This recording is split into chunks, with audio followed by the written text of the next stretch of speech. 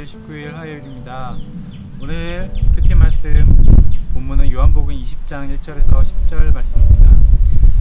안식 후 첫날에 1절에 보면 막달라 마리아가 예수님의 무덤에 옵니다. 새벽 일찍. 그런데 봉인되어 있어야 할 무덤의 돌문이 열려 있는 것을 보고 깜짝 놀라서 제자에게 갑니다. 제자 베드로와 예수님이 사랑하는 제자라고 나와 있는데 신학자들은 요한이라고 봅니다. 베드로와 요한에게 말하자 이 두 사람이 막 달려서 무덤에 가봅니다.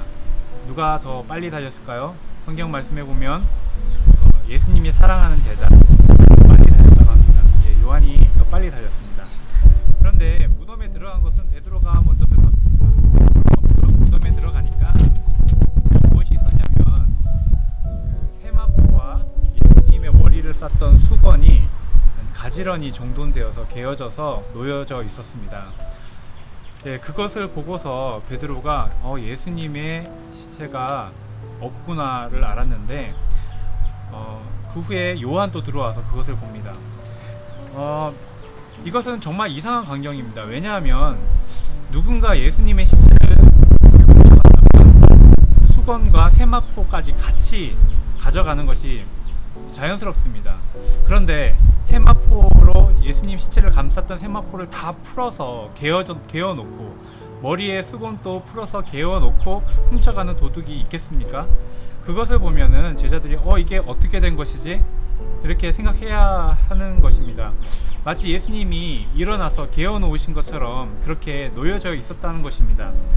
그런데 8절에 보면 그제서야 무덤에 먼저 갔던 그 다른 제자도 들어가 보고 믿더라. 그러니까 요한이 믿었다는 것인데 이 믿었다는 것이 예수님의 부활을 믿었다는 것이 아닙니다. 9절에 보면 나오죠. 그들이 성경에 그가 죽은 자 가운데서 다시 살아나야 하리라 하신 말씀을 아직 알지 못하더라. 그러니까 예수님께서 부활하셨다라고 믿지 못한 것입니다. 그런데 성경에는 예수님의 부활을 알지 못했다고 나와 있습니다. 예수님께서 분명하게 3번이나 십자가에 죽고 부활할 것을 말씀하셨는데도 이 제자들은 성경에서 몰랐다고 기록하고 있습니다. 왜냐하면 믿지 못한 것은 사실은 모르는 것이기 때문입니다. 모르는 사람과 똑같이 행동합니다.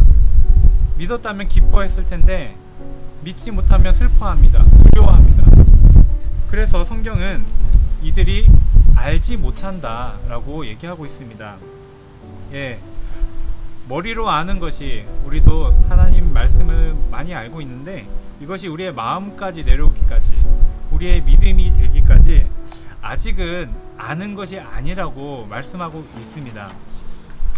그러니까 우리는 제자들처럼 부활의 증거를 들어도 또 예수님이 말씀하신 대로 되는 그런 흔적들을 보아도 깨닫지 못하는 것입니다. 우리의 알미 얼마나 믿음이 되었는지를 돌아볼 때 우리도 마찬가지입니다. 10가지를 깨달았다면 실제로 우리에게 적용되는 것은 한 가지나 될까요? 어떤 사람들이 어떤 분이 저에게 이런 얘기를 했습니다. 정말 아는데 감동이 없다. 알고 있는데 정말 와닿지 않는다. 이런 얘기를 했습니다.